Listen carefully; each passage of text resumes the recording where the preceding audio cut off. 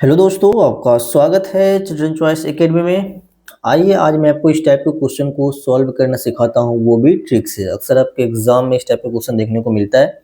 आपको कोरिलेटर का ratio given होता है, कभी वो आपसे sum of smaller and larger angle पूछ लिया जाता है, कभी आपसे स्मॉलर एंगल पूछा जाता है, कभी लार्जर। चार में आपको मैंने क्वेश्चन लिया है, वो चारों क्वेश्चन को आपके सामने अभी मैं सॉल्व करके सिखाता हूँ, वो भी ट्रिक से। ठीक है, डिटेल आपको मतलब कि लॉन्ग मेथड से नहीं करना है, एकदम शॉर्ट मीटर में आपको सिखाऊंगा। चलिए देखिए, इस क्वेश्चन में से पूछा गया है if the angle of the quadrilateral are in the ratio. हमेशा रेशियो में आपको गिवन होगा, देखो क्या है, 4 3 5 8। ये सारा रेशियो गिवन आपसे पूछा है, मुझे सम बता दो किसका, स्मॉलर एंगल और लार्जर एंगल का। तो मेरे भाई अभी उसने रेशियो दे रखा है, रेशियो से सबसे पहले आपको करना क्या होगा, पहले आपको एंगल निकालना होगा। एंगल निकालने का ये ट्रिक होता है, देखो सिंपल सा एक ट्रिक होता है। इसको क्या करोगे, जो भी आपको रेशियो गिवन होता है, जो भी रेशियो गिवन होता है उसको ऐड ऑन कर दीजिए। जैसे देखिए आप क्या है, 2 3 5 8। इन सबको जब आप ऐड करोगे तो बताओ आंसर क्या होगा। 8 2 10 5 15 3 18, मतलब क्या हो जाएगा आपका 18। और इसको हमेशा इक्वल टू करना 360 के। हमें इसका किसके इक्वल करना है मेरे भाई, 360 के इक्वल करना है। अब देखो उसको कट कर दीजिए। देखिए 18 से कितने टाइम्स में कटेगा, 2 टाइम्स से कटेगा। 18 2 36, मतलब 20 हो जाएगा। तो यहाँ पे इसका मतलब क्या है कि 1 यूनिट का वैल्यू हो गया 20। ठीक है, बस यहीं से आपका क्वेश्चन हो गया आप सॉल्व।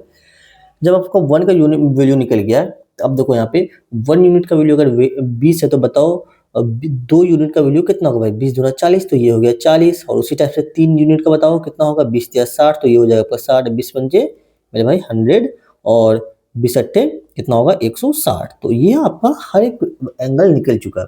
आपसे एग्जाम में क्या पूछा गया, सम पूछा गया है।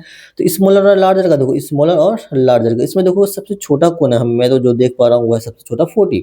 तो आपको 40 को और सबसे बड़ा जो है लार्जर 160 को, इनको आपस में ऐड ऑन कर दीजिए। जब इसको आप ऐड कीजिएगा आपका आंसर आने वाला है 200। तो इसका जो correct answer option number C बिल्कुल करेक्ट आंसर। आई होप कि आपको ये कंसेप्ट समझ में आया होगा। नेक्स्ट क्वेश्चन देखते हैं, ये भी सेम पैटर्न पे है, लेकिन इसमें आपसे इस बार पूछा गया, मुझे बता दो भाई लार्जर एंगल बताओ, इसमें से सबसे बड़ा एंगल कौन सा होगा। एग्जाम में ये सारे क्वेश्चन पूछे जाते हैं अक्सर। सेम प्रोसेस रहेगा, क्या करना है, जो भी आपको रेशियो गिवन है उसको ऐड ऑन कर देना है। सबसे पहले ऐड कीजिए, 13 में 3 जोड़ेंगे कितना हो जाएगा 16, 16 5 21, 21 21 और प्लस 9 हो जाएगा आपका 30। तो मतलब इसको क्या करना है, 30 इज इक्वल टू 360। हमेशा इक्वल टू करना है 360 की, ध्यान रखना हमेशा इक्वल टू करना है।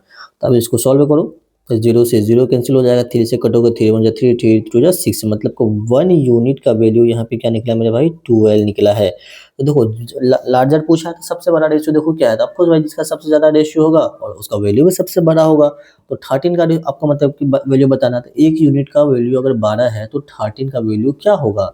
मतलब क्या करेंगे, 13 को 12 से मल्टीप्लाई कर देंगे। जब इसको इससे मल्टीप्लाई करो हो जाएगा 156। आपका जो करेक्ट आंसर है भाई ऑप्शन नंबर सी, इसका बिल्कुल करेक्ट आंसर है। नेक्स्ट क्वेश्चन देखते हैं। इस क्वेश्चन का पूछा गया है, इसमें भाई देखो क्या है, if the angle of quadrilateral पूछा गया, अगर क्वाड्रिलेटर का रेशियो में आपको गिवन है ना, आपसे पूछा मुझे इसका चारों एंगल का वैल्यू बताओ। अब तक देखो यहाँ पे मैंने आपको पहला क्वेश्चन क्या कराया है कि स्मॉलर और लार्जर का सम, दूसरा मैंने आपको कराया लार्जर एंगल, और तीसरा मैं आपको करवा रहा हूँ कि सारा एंगल आपको बताना है। सेम प्रोसेस रहेगा, इसका भी क्या करना है जल्दी से बताओ, खुद से आप ट्राई करेंगे मेरे से पहले आप इस बार। तो सबका रेशियो मतलब जो भी रेशियो गिवन होता है उसको ऐड कीजिएगा। इस टाइप का देखो सेम रेशियो हमने लिया तो ऐड करने में कितना आ रहा है 30 आ रहा था। तो यहाँ पे मैं क्या कर रहा हूँ 30 डायरेक्टली लिख रहा हूँ इज इक्वल टू 360। ठीक है, 0 से 0 कट कर दिया, मतलब एक यूनिट का वैल्यू आएगा यहाँ पे 12। सेम क्वेश्चन है, बस इसमें से पूरा एंगल पूछा गया है। तो अब एक यूनिट का वैल्यू अगर 12 है तो मुझे बताएंगे 3 यूनिट का वैल्यू क्या होगा, 12 या 36, तो मतलब हो गया 36। तो देखो इसमें 36 भी नहीं है, इसमें भी नहीं है, इसमें आंसर आपका ऑलरेडी आ चुका है। तो 36 हो गया। फिर देखो 12 पंचे 60, तो ये हो जाएगा 60। 12 12 9 108, तो ये हो जाएगा 108। बाकी ये आपको मैंने बताया था 156 है। आपका जो correct answer option number C बिल्कुल करेक्ट आंसर है। आइए नेक्स्ट क्वेश्चन देखते हैं, क्वेश्चन नंबर 4। इस क्वेश्चन में भाई देखो क्या पूछा गया है, if the angle of a quadrilateral and the ratio, फिर सेम क्वेश्चन है, लेकिन इस बार आपसे क्या पूछा मुझे, स्मॉलर एंगल बताओ। ये 4 5 टाइप का भाई क्वेश्चन बनता है, कभी आपसे लार्जर पूछेगा, कभी स्मॉलर पूछेगा, कभी सम पूछ लेगा, कभी टोटल एंगल पूछ लेगा। बस ये 4 ही टाइप का मेरे ख्याल से बनता है इसमें क्वेश्चन। तो प्रोसेस का बिल्कुल सेम रहेगा। सबसे पहले आप क्या करेंगे मेरे दोस्त, अब तक तो आपको पता चल गया, मेरे से पहले आप बताएंगे इसको, ठीक है। तो इनको क्या करना है, सम कर दीजिए सारा को। जब इसको सम कीजिएगा कितना, और 2 10 5 15 3 18, तो 18 का वैल्यू हमेशा इक्वल टू किससे करना, 360 के, 360 के इक्वल करना है। इसको कट कर दिया, 18 दूना 36, तो मतलब 1 यूनिट का वैल्यू आपका आ गया 20। 2 यूनिट का वैल्यू क्या होगा मेरे भाई 40 हो जाएगा। 3 यूनिट का क्या होगा 60 हो जाएगा। और उसी टाइप से 5 यूनिट का वैल्यू क्या होगा, 20 25 100 100 हो जाएगा। और उसी टाइप से 8 यूनिट का वैल्यू क्या होगा, 8 गुना तब 20 इंटू 8 हो जाएगा 116। तो आपसे क्या पूछा गया, देखो स्मॉलर पूछा गया है, तो स्मॉलेस्ट में क्या है भाई, स्मॉलर है 40। तो आपका जो करेक्ट आंसर ऑप्शन नंबर 20 का बिल्कुल करेक्ट आंसर है। आई होप कि आपको ये वाला कंसेप्ट समझ में आया होगा। एग्जाम हॉल में इस टाइप के क्वेश्चन अक्सर पूछे जाते हैं मेरे भाई। अगर आपको ये कंसेप्ट समझ में आया तो आप चैनल को सब्सक्राइब कर लीजिए, अपने दोस्तों के साथ ज़रूर शेयर कीजिए। और ये आपका इंस्टाग्राम आईडी है, आप चाहो तो यहाँ में फॉलो कर सकते हैं। यहाँ पे मैं आपको डेली एक एक क्वेश्चन मैथ्स का करवाता हूँ, ट्रिक के साथ करवाता हूँ, कंसेप्ट जो बताता हूँ, और अच्छे लेवल का मैं क्वेश्चन करवाता हूँ। डेली वहाँ पे एक लेक्चर, एक वीडियो अपलोड होती है शॉर्ट सी। चलिए मिलते हैं फिर नेक्स्ट वीडियो में, तब तक के लिए भाई अपना ख्याल रखो, अच्छी से बस पढ़ाई करते रहें।